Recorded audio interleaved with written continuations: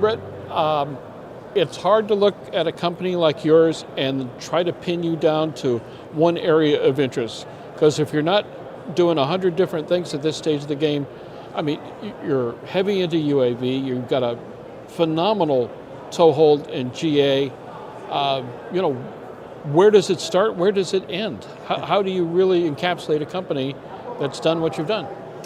Yeah, it's definitely a broad swath of capabilities that we provide, and they span UAVs all the way up to, or UAS all the way up to general aviation, and more recently we're starting to delve into aviation data as a service and aviation networks. We understand very well how to connect things that fly. We build the equipment and the radios that do that, and then the listening stations on the ground to be able to collect that data and provide it back. And so I foresee in the future our ability to expand that and provide the core thing that we set out to do, which was to provide safe, integrated skies for everything that flies. Tall order. It is a tall order, yes. Let's talk about some of the GA offerings first for our friends out there in the GA community. You have simplified, and for lack of a better way to put it, encapsulated what's necessary for a number of GA aircraft to get with the regs, get with the kind of data and information that they need in the cockpit, as well as what's needing to be supplied to the system. But you've done this in some really intriguing ways. I mean, tail beacon, really? Yeah. I mean, come on now.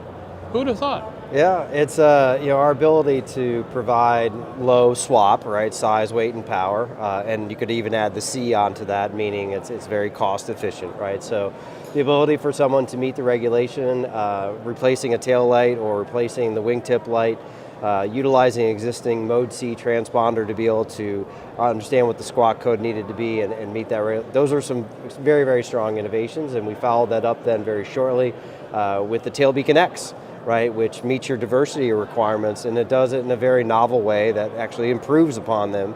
And so now those that want to fly in places like Canada and Europe can have a device that supports them with that. Add in the aviation displays that we have with the AV30, the AV20, and then even our newest today with the AV Mag, which is the external magnetometer. We continue to provide those things that help improve the flying experience and make it safer for those that are in the skies. Well, I've joked with a couple of the companies here that were really expanding in a number of directions about their intent on world domination, but you guys are doing it. We're giving it our best shot, and the community is very broad in general aviation and in the UAV market, but we're coming together, right? We're sharing the same airspace, especially at things below 18,000 feet. And Uavionix is at the heart of trying to make that an integrated space, one that we can each share, fly safely in, and in many cases have the data in front of us to do the things that we want to do when we want to do them.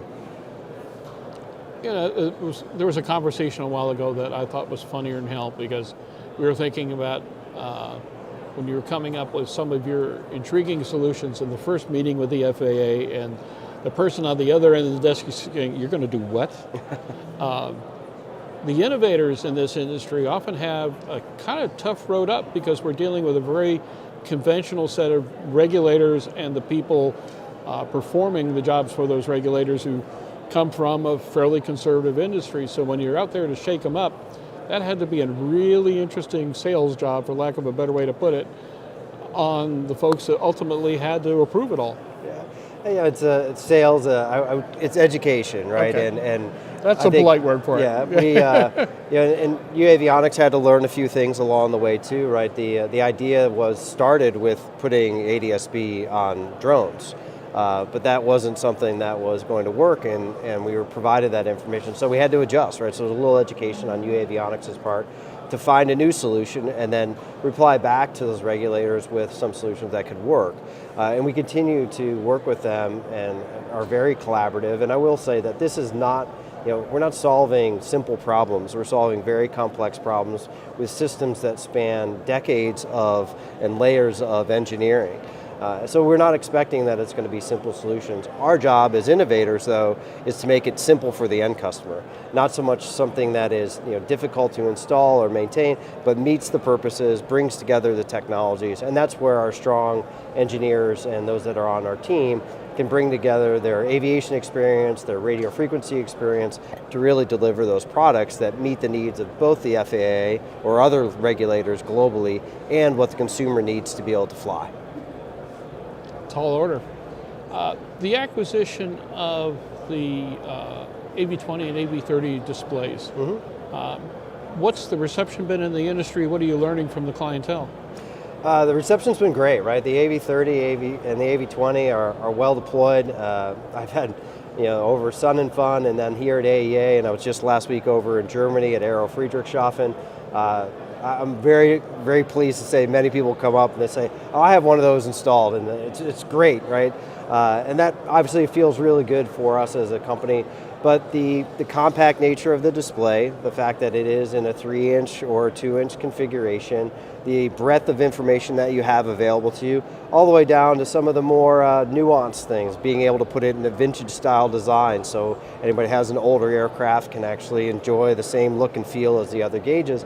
Those touches come out of our engineering team and come out of the thought that goes into each of the products that we have. And we're excited about introducing AV Mag. It's something that our customers have been talking about for a while and have asked for it. And it does take some time to get through the STC process, but we're successful at that and have proven our marks there. And the reception has been very good, very good. Where do you go from here with that line? Well, we have other requests that are coming in frequently. I hear about autopilot all the time, and we're working on that today. We have the AV Link that's in the process of going through our certification process now that opens up the door for wireless updates and additional traffic display. And I'm sure there'll be more things that come in time as our customers use the products. And our goal is to make sure that we have a connected cockpit, but one that's open and interoperable with the multitude of systems that are out there today. It's all about the data and the connections, isn't it? Yes, as you know, I've been in many places where data has been key, and aviation data itself, getting it into the cockpit, but also getting it to those that are on the ground, right? The operations span both places, and we're at the heart of connecting those together. Well, there's a huge market for the collection process, but an even bigger one for analysis. True. Yeah. Very true, and we've got some systems coming online with Skyline and also Flightline that allow that analysis to occur, whether it's through ourselves or third parties. So you understand kind of the airspace itself and what's working and what's not. Interesting. Let's talk about some of the drone work that you've been doing, UAV, UAS systems. This was an interesting thing. We've been media partners to AUVSI, and you guys came out of the woodwork and just solution after solution after solution in a community that basically had no rules. It was cheerful chaos, but you made inroads there faster than anybody I've ever seen, especially, again, no rules per se. What do you feel your ultimate role is in that area? Where do you see it going, and what are your targets for UAS? Yeah, so the idea is to really get the benefit from UAS operations. You need to scale, right? We can't continue to operate in a way where everything is by exception. It needs to become more of the rule. And the biggest challenge for everyone right now is beyond visual line of sight operations, or BVLOS or BVLOS. And we've got some very strong capabilities in that space. We've proven that by achieving waivers through the FAA for operations, 2 new operations here.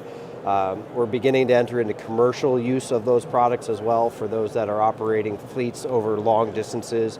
And so I think the next steps for us is to really continue to scale that out. The market is coming together there with what its needs are just as fast as regulation is. And we're at the forefront from a thought leadership perspective, working with those regulators, working with the commercial enterprises and the technologists to make sure that we're each in lockstep. And I see Uavionix being a key thought leader and a key communicator in that space to bring those parties together. Well, part of your work has been sheer innovation. Part of it has been acquisition. How does Uavionix find its way into the future? Is this a combination of the same, or do you think it's going to be more of an innovative process going forward? Innovation and disruption, I think, is key to our. One of my favorite words. Yes, it is, and yeah, it's key to what's put us here. Right, we tend not to think or in the same line. One might say we think orthogonally, or whatever the term would be. And I do think it's going to be core to our DNA as we move forward. Along with that, though, we have to be partners with those that are in the organization and other organizations and our competitive mates, if you will. And so we'll bring to bear those technologies that we can, and at the same time look for ways that we can partner and collaborate with those in the space, right? We have very, very smart engineers and sales and leadership, but we're not the only people in the space that are advancing forward. And so we're constantly trying to collaborate. And I mentioned earlier about this kind of idea of open interoperability. Mm-hmm. That's core to how we're approaching the market. It's going to be a fascinating process. We've been asking everybody here a couple of industry level questions. One is hiring right now. Are you finding the kind of people you're looking for? Has the industry kind of recovered from the pandemic slump in regards to the amount of quality of people available? And where do you see the lack? What else do we need to do to build a healthier industry for the future? I have a bit of a personal approach on this in that I have two nephews that are involved in aviation at very early ages. So I do see the opportunity to bring a younger generation in. The engagement with them is critical, and I think there's a lot of focus on them becoming pilots at the moment, and certainly there's a shortage of that. But the need for aviation technicians, whether that be designers through those that are fixing and repairing aircraft at the repair stations, is definitely key. It's the lifeblood of what makes it work for us to be able to sell and install new equipment. From that perspective, right, there's still a gap, and we need to do more in engaging with the youth and the community to be able to bring that forward. And that's a responsibility that we can do collectively. There are lots of universities and lots of schools that are open to sharing that type of engineering, and we have a responsibility as a company and those in the organization at AEA to help provide that level of information so they can introduce it into their curriculum.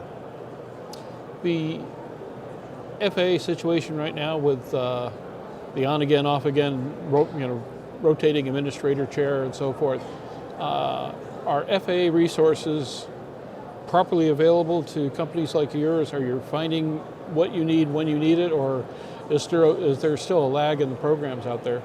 I would say our relationship with them is great, and in the essence that we know what we need to get done, we understand their resource constraints, and we live under our own. Yeah. And so when you approach it from a walk in their shoes for a little bit, you can understand where things need to slow down or where they need to speed up. Certainly administrative changes there are growing pains. We experience them in our own organizations. So I think we need to take a breath occasionally and say, all right, what's on our plate? What's the priority? Be clear about it. And when we provide those levels of communication between each other, we get stuff done. Right? We've had many STCs approved here, or many certifications done in the last few months as an organization. Would we like them to be faster? Certainly. I'm sure our counterparts in the FAA would as well, but it's a matter of working together to make that happen. Interesting. I assume we'll see you all at Oshkosh? Very excited about Oshkosh, and there's quite a few things in between. We've got AUVSI coming up with Expo here in Denver in a few weeks. Nathan will be heading out there in a matter of days. Yep. So it's a great summer. We're into the flying season, and enjoying the time with our customers and our partners. Any announcements on the schedule for Oshkosh? Stand by. Well, we've got some fun things coming along. We've been listening to our customers, so we're excited about it. Brit, I appreciate your time. This is our 15th year of doing this live. We enjoy so much being able to have a few moments to find out what's happening with the companies that are moving and shaking out there. And let's face it, when it comes to moving and shaking in the dictionary, they got your company insignia on that one, because I've rarely watched a company come out of seeming nowhere to prominence in a number of areas, either through innovation or acquisition, and do it well without missteps. So, yay for you. Yeah. I challenge anyone to say how many, anyone that has any more ADS-B products in the space than we do, and that was a great way for us to start. And we're continuing to take a leadership role, and not only in the sales that we have, but also in the thoughts and how we bring things to bear for the market. Well, keep us up to date on what's new. We look forward to it. And once again, thank you so much for Thanks, your time. Jim, for having me. It's a pleasure.